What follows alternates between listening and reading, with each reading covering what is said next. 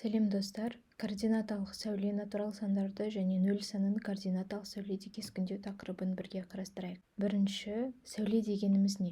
Сәуле дегеніміз бір нүктеден басталып, бағытталған кесіндіні айтамыз.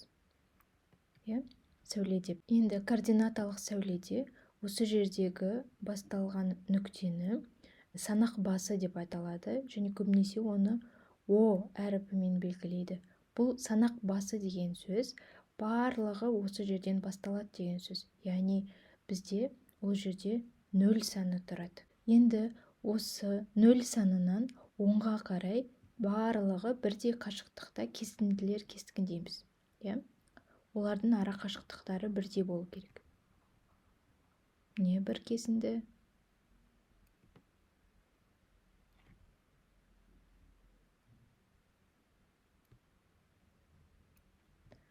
Олардың аралары бірдей, ара қашықтықтары бірдей.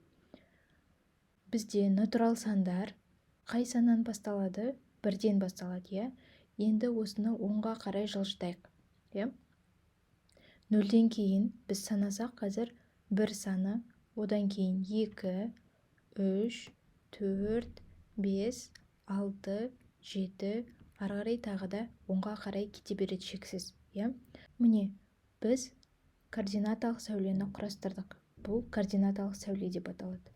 Енді осы жерде бірлік кесінді деген нәрсе бар, сол ұғымды қарастырайық. Бірлік кесінді дегеніміз не? Осы сәуледе қараңыздар, 0 мен 1-дің аралығы мысалға үшін бізде 1 сантиметр болсын. Яғни келесі 1 мен 2-ның арасы да 1 сантиметр.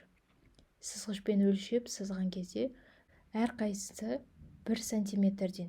Біреусі 1 сантиметр, біреусі 2 сантиметр, біреусі 3 сантиметр деген нәрсе жоқ.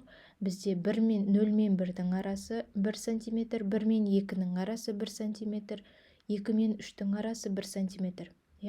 Дәптерге сызған кезде олардың ара қашықтықтарын бірдей қыламыз. Бірлік кесінді дегеніміз не? Мысалға үшін 0 мен одан кейінгі бірінші тұратын санның аралығы ол бірлік кесінді деп аталады. Егер 0 мен 1-дің аралығы кітапта жазылып тұрса 1 сантиметр десе, онда 0 мен 1-дің аралығын сызғышпен өлшеп 1 сантиметр. Келесі 1 мен 2-ның аралығын өлшеп тағы да 1 сантиметр. Солай жасаймыз.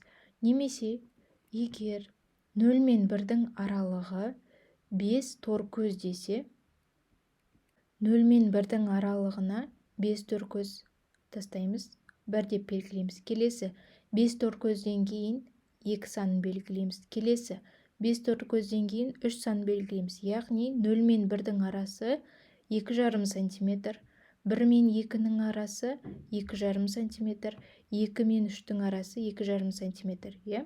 Енді координаталық сәуледе нүктелерді қалай белгілейміз? Координаталық сәуледе мынау санақ басы О нүктесімен белгілейміз дедік, ол жерде 0 саны тұрады дедік. Енді сандар 10-ға қарай өседі. Мына жерде 1 саны, 0 мен 1-дің ара қашықтығы, 1 мен 2-ның ара қашықтығы өзара тең. Ара қашықтықтары бірдей болу керек. Енді 2 санын А нүктесімен белгілесем болады.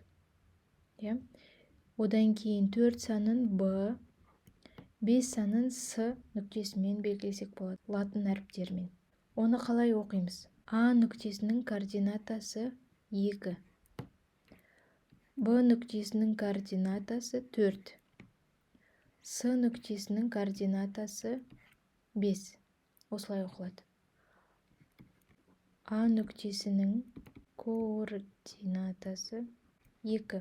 Б нүктесінің координатасы 4. С нүктесінің координатасы 5 деп оқылады.